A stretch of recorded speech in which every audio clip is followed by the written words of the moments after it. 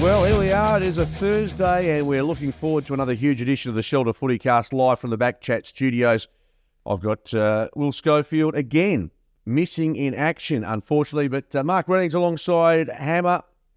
Welcome to the program, young man. Great to be here again. Yeah, Thank you. Just feels like a husband coming home from a day at the office, and his wife's just taken all the household goods and just cleared out and left him for good. It feels very empty in here because all the big names and all the equipment is gone, but we are here to carry the load while Scully heads to Sin City and have some fun. Correct. There's no headphones, no nothing. We're just sort of sitting here in a pretty barren wasteland almost. It's like he's the rent inspection. He's just cleaning up. But no, good to be here, and we'll soldier on without him. Absolutely. If you'd like to get involved, of course, socials at Shelter FootyCast, FootyCast at shelterbrewing.com.au, YouTube, BackChat, Shelter. We've got it all, social cover. I know none of those because I don't follow social media much, but we're going to jump into some of the big moments. I've got to say, most of the big moments haven't happened in the AFL. It's been State of Origin last night, the Ashes a couple of nights ago. What a week it's been for sport. I know, it's been very, very good. I went to bed, woke up at about 11 or maybe 10:30 a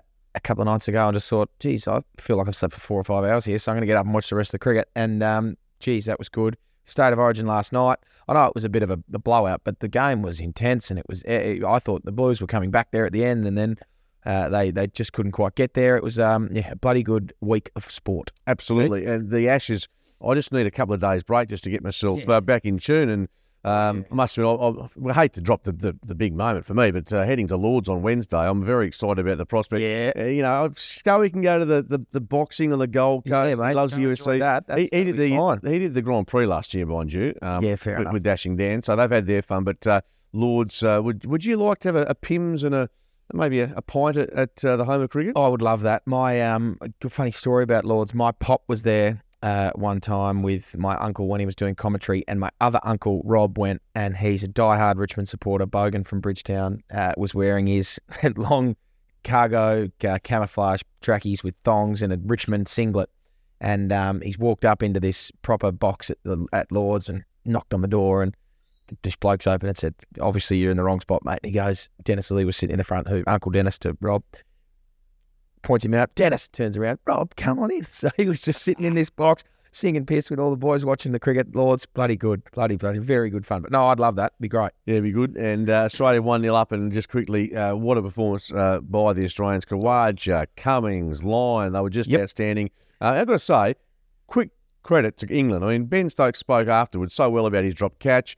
I thought maybe tactically they played it wrong, but I just thought the way the spirit of the game was played, the Ollie Robinson stuff, I'm not getting too worried with that. The Aussies can't jump up and down. They didn't. But I thought the way Stokes spoke, I thought the way he captained, I thought the way he did everything was faultless apart from taking 2 extra wickets. Yeah. I think it was quite comfortably, like I think that's the best test match that I've watched in a while. And the spirit in which it was played, obviously it's an intense rivalry. They want to win, which is clear.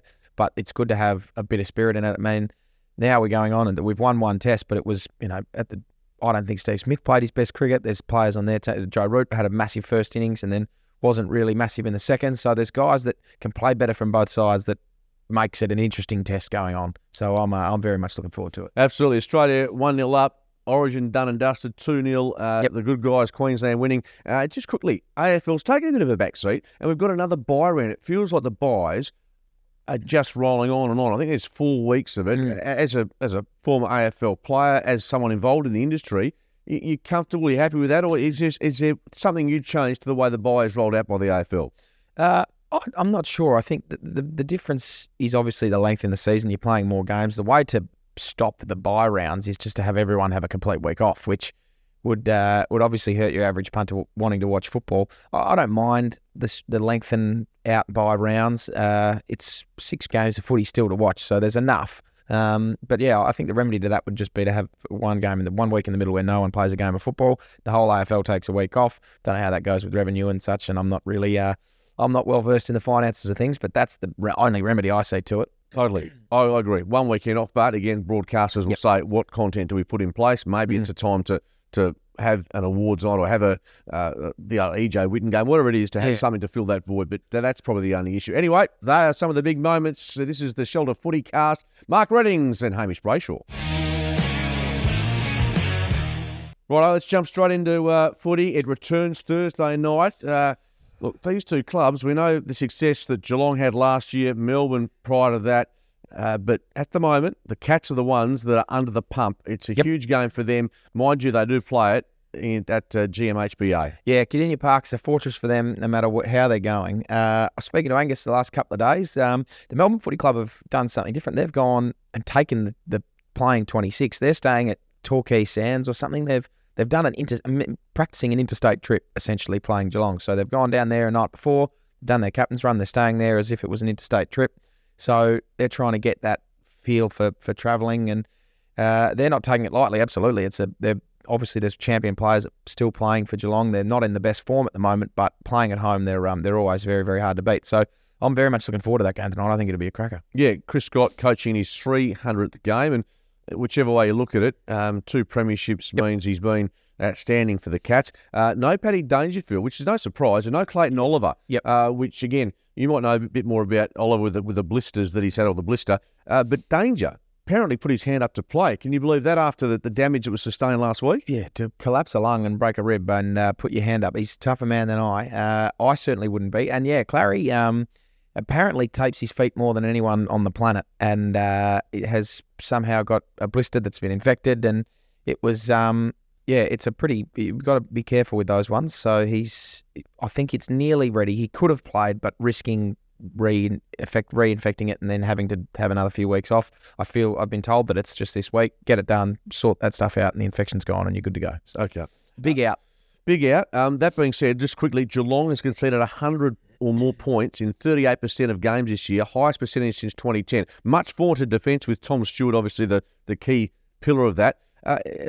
There's clearly a few chinks in their armour at the moment, given the way they're playing. Yeah, there are. I think the way they are playing as well, that they're trying to get, like Tom Stewart's that rebounding halfback, they're getting going, and I think they're just not as strong with depth as they were this time last year, and that style of play, when you turn the ball over, gets scored heavily against on the way back. So it's a double-edged sword playing that rebound, aggressive style of football. But you still, no matter how you look at them, you still can't count them out. With Tom Stewart up one end, Tom Hawkins up one end, there's good players, quality champion players all over the park. So they're still a force, no matter how they're sitting on the ladder, I think. Absolutely. By the way, in the last 4 rounds, the Demons have recorded a goal shot accuracy of 31%, ranked last in the competition. Off the back of that, we'll get your bottom art roughie of the week. I don't think this will be it, though. It can't be, because it's about an even money game. Who are you selecting? In this game, or the bottom art roughie? No, I want your Thursday night selection. Thursday night selection, I'll go for Melbourne. I think they're just too good at the moment.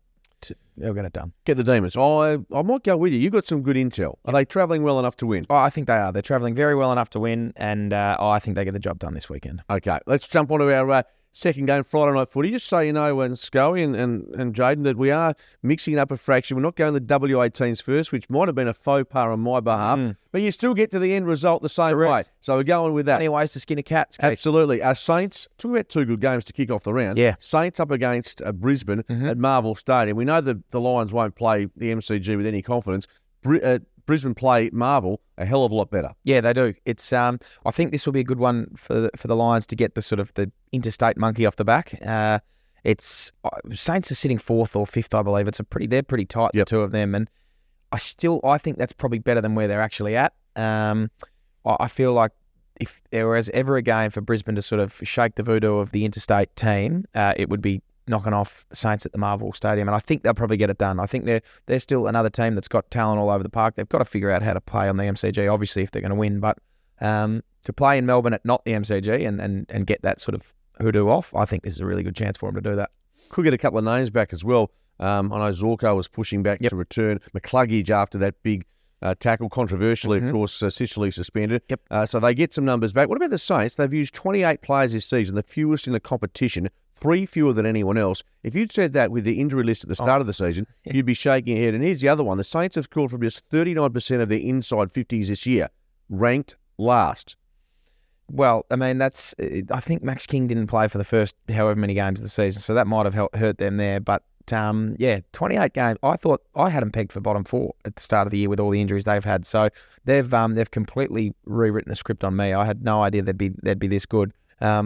So yeah, the Harris Andrews Max King matchup's looking a good one to me. So I'll be keeping a close eye on it Friday night. Absolutely. Brisbane, by the way, have won the clearance count by 6.8 per game this season. They're ranked number 1. So look, if they don't get it done, it won't be because they're playing at the MCG. It's because they can't beat a Saints side, which have been win-loss for quite a while. So remain to see. You're tipping the Brisbane Lions? I'm tipping the Lions, yep. I'm going Brisbane as well. So we're 2 from 2. Going to be fascinating to see. If you get those two right, Hammer, in your footy tipping, I reckon you're just about set up to have a decent round. Have a good round, yep. Have a decent round. Right, let's jump on to the next game. We're going to leave the 2 WA clubs for last. Sure. We're just moving it through. This is really cool. Scully might go into a spin over this, but we're doing it more. We don't have a computer to look on. Going off my phone. Hammer and I just doing our best as battlers. Yep. Sunday, MCG.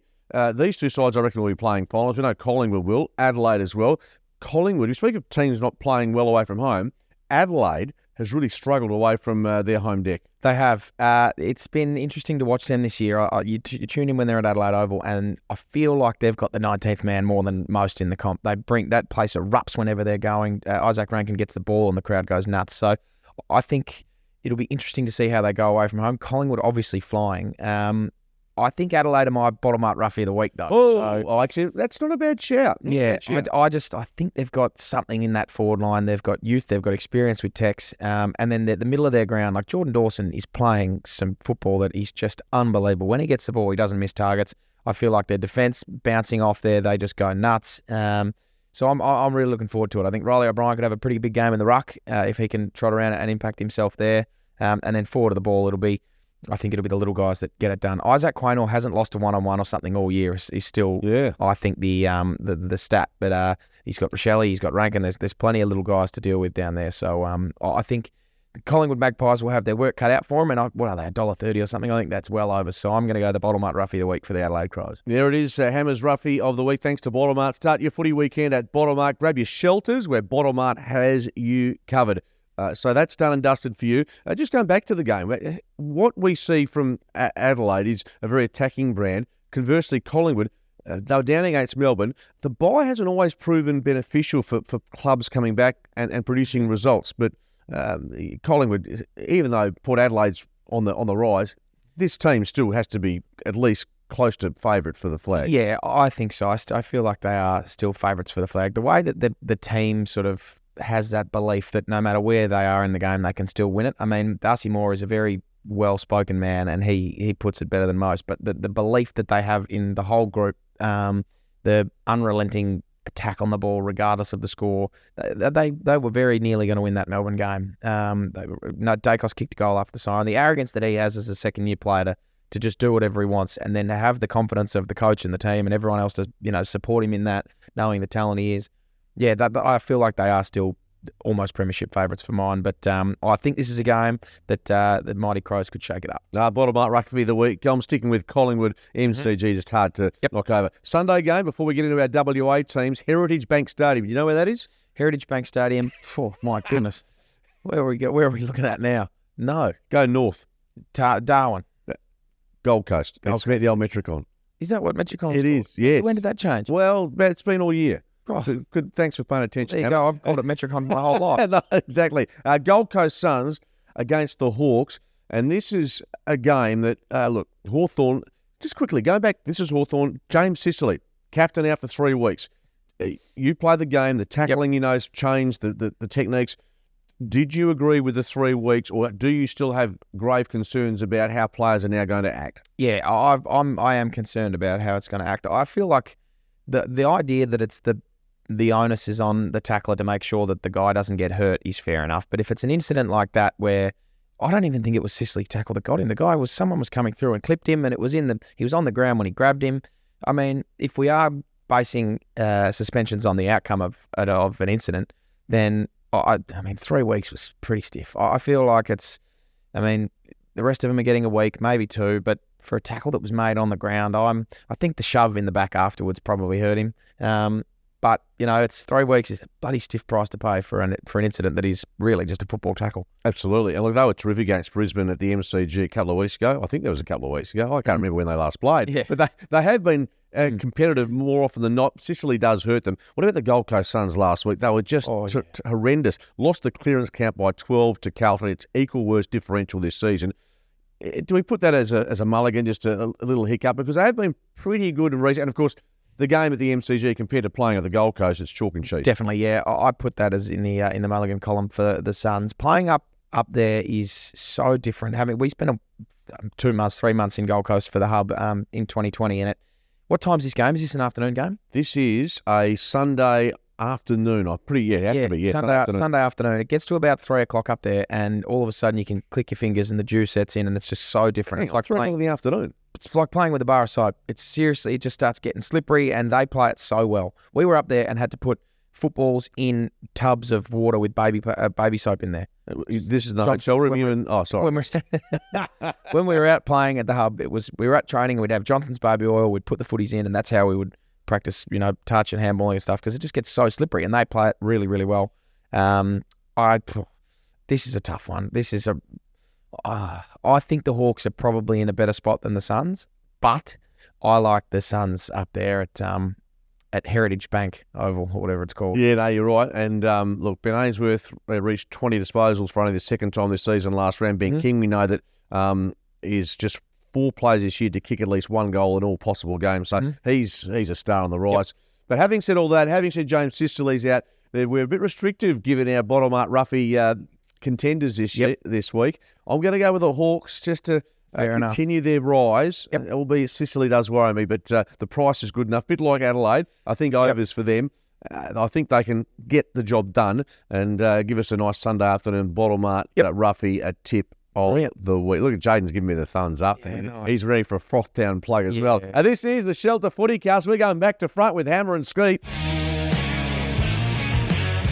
Right, let's jump into our WA teams on this abbreviated version because Scully has taken the laptop, all the cameras, his ego, everything has gone to Sydney. The headphones, the TVs, Dan. Do we actually know where he is or what he's doing? No. Is he going to an event? He could have gone to Bali for all we know. I saw him tweet that he said, people in New South Wales like State of Origin Rugby League. Hello, Dumbo. There's 3.1 million people watching nationally, so Scully's just found out that State of Origin is quite big. Yeah, well, I mean, he's had his head up his backside for a few years thinking about just football. So himself. And himself, obviously. But no, it is quite big over there, funnily enough. And Queensland, if you go up there too. Exactly. Yeah, good on you, Sco. Welcome to the real world. Hey, listen, let's get into the 2 WA sides, as we said. And I'm actually looking forward to seeing how this pans out in the weekend. With Saturday afternoon, the Eagles take on the Swans. And there are some names back. Let's go through some of those key players that are coming back, we think, named tonight. Including some premiership player credentials. Yep. So you'd expect McGovern to come back and play, and you'd expect Tom Barrass to come back and play. And already that just locks that they are 2 all-Australian quality defenders to lock down a forward line. And I feel like that gives you pressure off your Rhett Bazos and guys. Josh Rotham doesn't have to. I mean, he's not playing because of his thumb, but there's guys that have been having to take on key forwards that are 200+ game experience. That now you've got the reliable. Big men to come back in, and I think that just fills a hole that is desperately needed. So it's they're 2 massive inclusions. What about from an Eagles perspective, having the break, and you've been around the club, I'm guessing.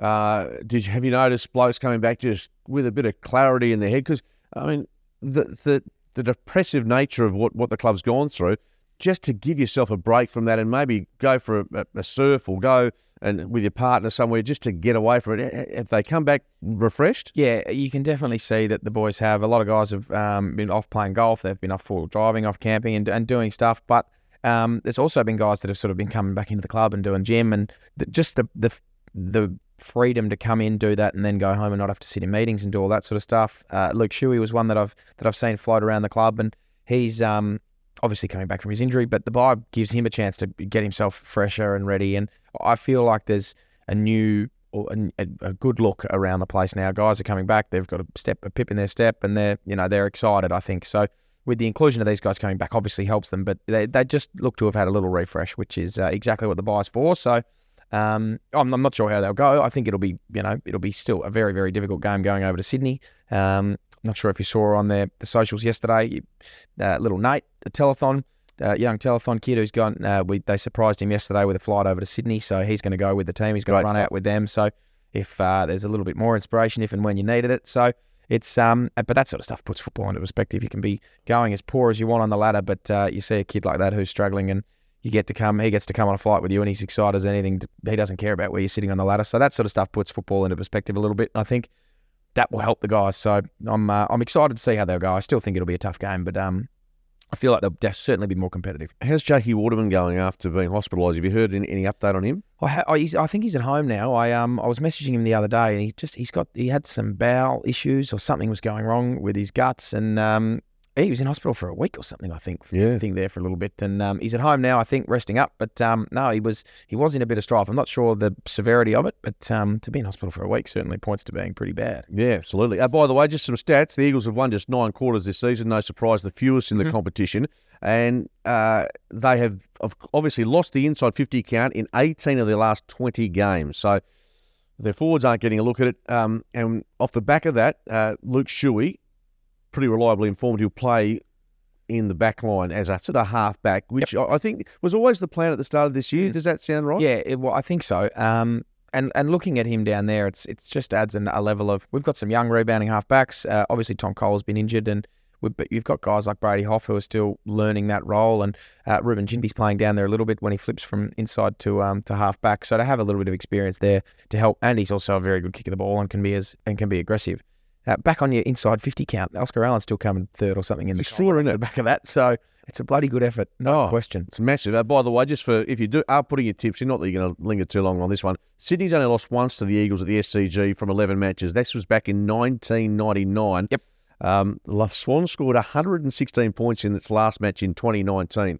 So obviously they played during COVID away from the SCG. But just give us your margin here. Just give us a margin. I think it'll be tight. Tight? Yeah, well, tighter than the last few games. Well, I think if the Eagles can sort of keep it under sort of 30, 40 points with the defence they've got in, I think they're going to be their big one. They're obviously inside 50, so they've been struggling, and that's off the back of just having the world's longest injury list, which you can understand. But I think having those two guys in there, McGovern and Barras, just lock down a back line and make it just hard to score. So I feel like that'll be a mindset going in. So I wouldn't be surprised to see this one be a low-scoring contest, which will keep the margin tight. Yeah, and of course, Callum Mills returns. Buddy looks like he could come back. Unfortunately, Jack Buller probably misses the boat because of what happened up in Brisbane. Didn't get too much of the footy. But anyway, we both think Sydney win, 7 or 8 goals most likely. And, of course, the critical game from a Fremantle Dockers perspective takes place Saturday night, Optus Stadium. The Bombers come to town.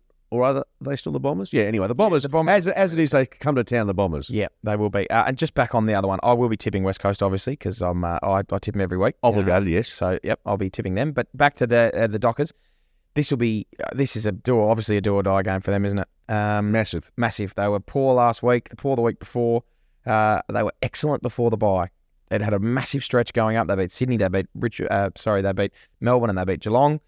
And the Richmond game was a letdown, and then last week was just poor. So I feel like they'll be bouncing back with a vengeance.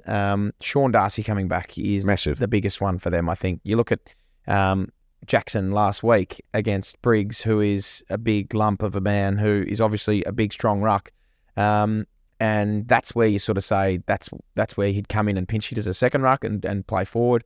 But to go one out all game against a big guy like that's where you need your Sean Darcy in your team, I think, and he's going to be a massive inclusion for them. Yep, you mentioned that, but Sam Draper also for Essendon in doubt to play, so question mark on him. Darcy Parish, we think, will come back from a calf injury. James Aish from that knock that poleaxed him, I think it was Ryan Mansell a couple of weeks ago. So they're getting some reinforcements back. But how about this? The figure from last week, they were thumped by the Giants. It was a terrible performance. I don't think anyone can hide away from that. No. But last week, the Dockers lost the inside 50 count by 24 against the Giants, their worst result since 2019. Off the back of, I think it was the clearance, centre clearance is 16-6, the Giants' favour. And J-Lo's been sort of questioned about he doesn't rant and rave enough. I don't know if you saw any of that, but yeah. I mean, how's the coach supposed? What is the rationale around the club this week? How do you reset after the bye, thinking okay we're informed, to suddenly thinking gee, we always feel like we're back to how we started the year. Yeah, I don't really like the scrutiny on JL, that he's a placid or not. He doesn't, because when they were flying, though he was lauded. How calm is he? How wonderful that he's able to maintain this level of calmness, and that's just his personality. So I think win, lose or draw, he's not going to change. Tiger doesn't change his stripes. So I feel like he's just a calm guy by nature and a very, very good bloke from all reports. So the up and down media about, he's not yelling or now he's being, calm.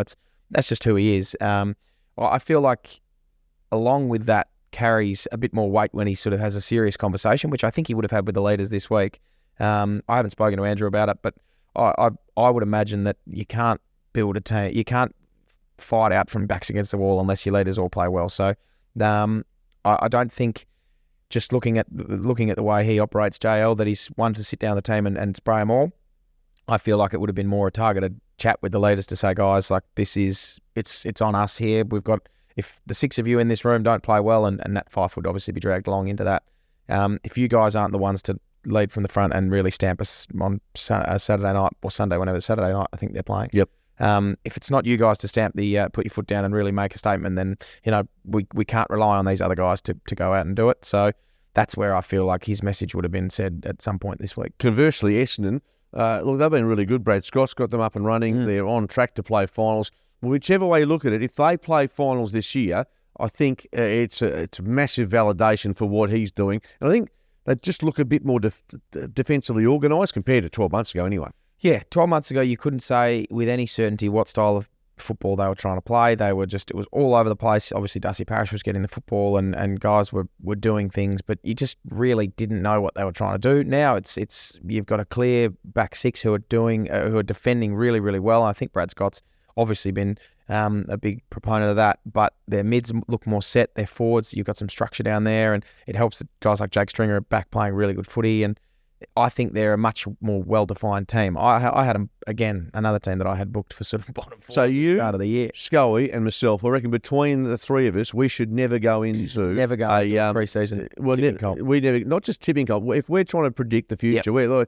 horrible, I think, terrible at the start of the year. So it was, and they're another team that have completely surprised me, but you can just see that they're playing a very defined brand of football, and it's I feel like it's really good to see. Okay, Saturday night, as we said, huge game.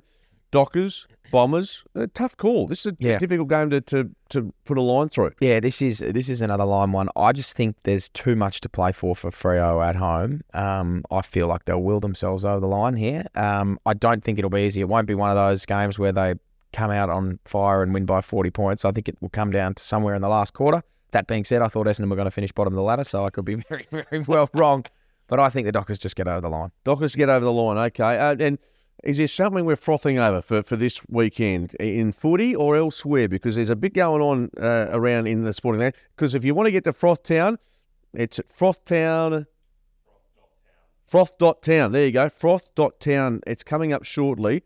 Get along, and as Scully has mentioned many times, they've got the great assortment of beer, and we're going to go along. We're going to try out a few of the beers. Yep. I think there's about tasting. About 31, or there's a lot. So by the end of it, we could be rolling out of there. Could be rolling out of there. Mind you, it was a bit like me after day one of the Ashes when I started tweeting it late at night, Hammer. Mm-hmm. Probably all I said was it was a good declaration by Stokes. Only one team can win this now. That was my feeling. They'd made 400.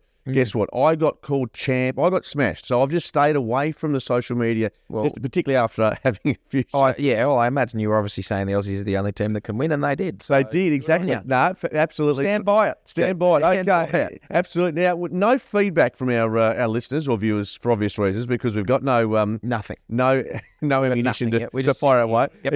Except to say that to Hammer, we've got the Eagles to win. Upset of this. It should be a bottom-up roughie of the week, but I know where you're coming from. You're obligated to do the right thing, and we think that the Dockers can get across the line. I think the Dockers can get across the line, yep.